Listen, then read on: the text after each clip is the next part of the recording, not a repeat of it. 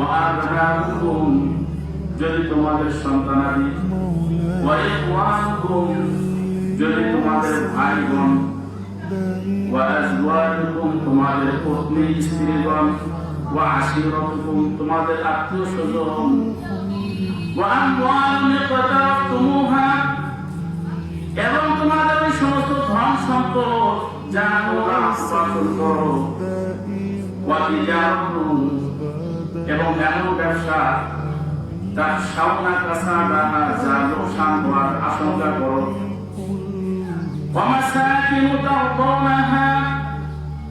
এবং সুন্দর মনোমুগ্ধকর মনোরম বাড়িঘর সন্তুষ্টজনক বাড়িঘর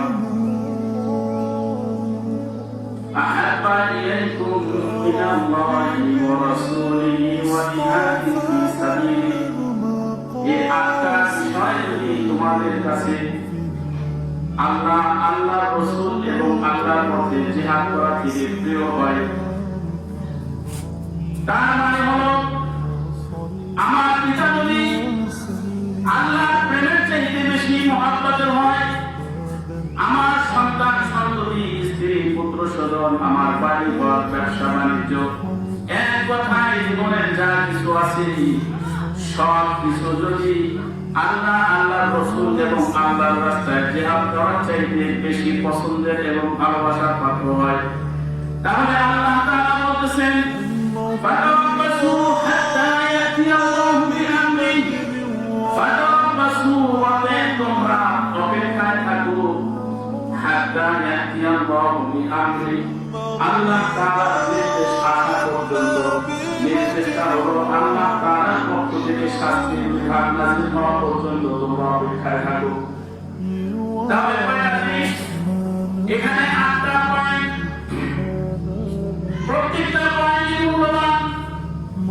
পিতা কারো কাছে ভালোবাসার পাত্র নয়। দুনিয়াতে এমন কোনো মানুষ নাই যে পিতা আমাকে ভালোবাসে না। স্ত্রী পুত্র স্বজন ধন সম্পদ ব্যবসা বাণিজ্য সুন্দর গাড়ি বাড়ি এগুলো ভালোবাসে না। দুনিয়াতে এমন কোনো মানুষ নাই।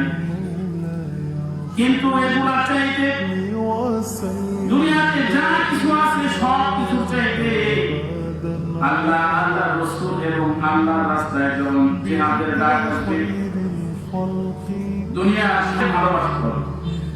যদি আল্লাহ আল্লাহ রাসূল এবং আল্লাহর রাস্তায় জিহাদ করা এর চাইতে আমার এই সমস্ত বিষয়গুলো বেশি ভালোবাসা বেশি পছন্দের হয়ে যায়, তাহলে আল্লাহ তাআলা কি বলছেন? শাস্তির অপেক্ষায় থাকতে বলছেন। তাহলে এই আয়াত থেকে বোঝা গেল দুনিয়াতে যা কিছু আছে সব কিছু চাইতে কাকে ভালোবাসতে হবে বলেন? আল্লাহকে, এরপরে আল্লাহর রাসূলকে, এরপরে আল্লাহ যে নির্দেশ দেন সেই নির্দেশকে প্রাধান্য দিতে হবে সব কিছুর উপরে। আল্লাহ রাসূল সাল্লাল্লাহু আলাইহি ওয়াসাল্লাম হাদিসে পাকের মধ্যে বলেন সালাতুন মান কুল্লা ফি তিনটা গুণ, তিনটা বিষয় এমন রয়েছে যে তিনটা বিষয় যার মধ্যে পাওয়া যাবে ওয়াজাদা বিহিন্না, যে তিনটা গুণ যে তিনটা বিষয় যার ভিতরে আছে সে ঈমানের স্বাদ অনুভব করবে। কিসের স্বাদ অনুভব করবে? ঈমান। ঈমান ওয়াজাদা বিহিন্না হালাওয়াতাল ঈমান। আল্লাহ রাসূল বলেন তিনটা জিনিস এমন রয়েছে যে তিনটা গুণ যদি কারো ভিতরে চলে আসে তাহলে সে ঈমানের স্বাদ পাবে।